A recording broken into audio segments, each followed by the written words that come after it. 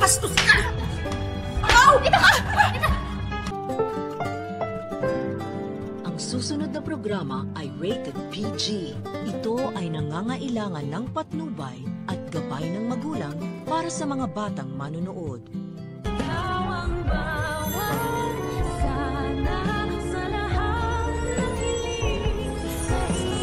Anak, makakasama mo na siya.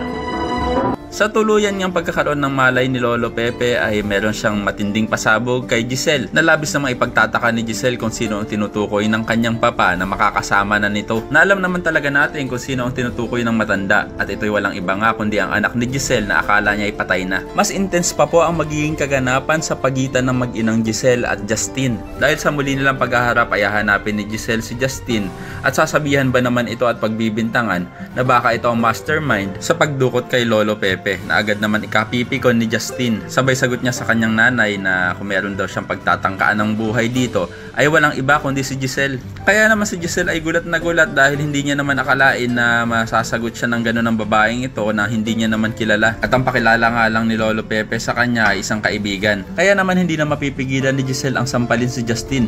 Pero hindi din naman papatalo si Justin at masasampal niya din ang babaeng pinamigay siya sa ibang tao. At makikilala na nga din natin ang guardian ni Justin na walang iba kundi si Tonton Gutierrez. At kung paano niya mababago ang buhay ni Giselle ay ang dapat natin abangan. Samantala, mukhang lumalala na talaga ang sitwasyon ni Lynette dahil unti-unti na nga siyang nalalagasan ng buhok. Kaya naman mapapayakap na lang siya sa kanyang asawang si Carlos dahil sa sobrang niyang pag-aalala.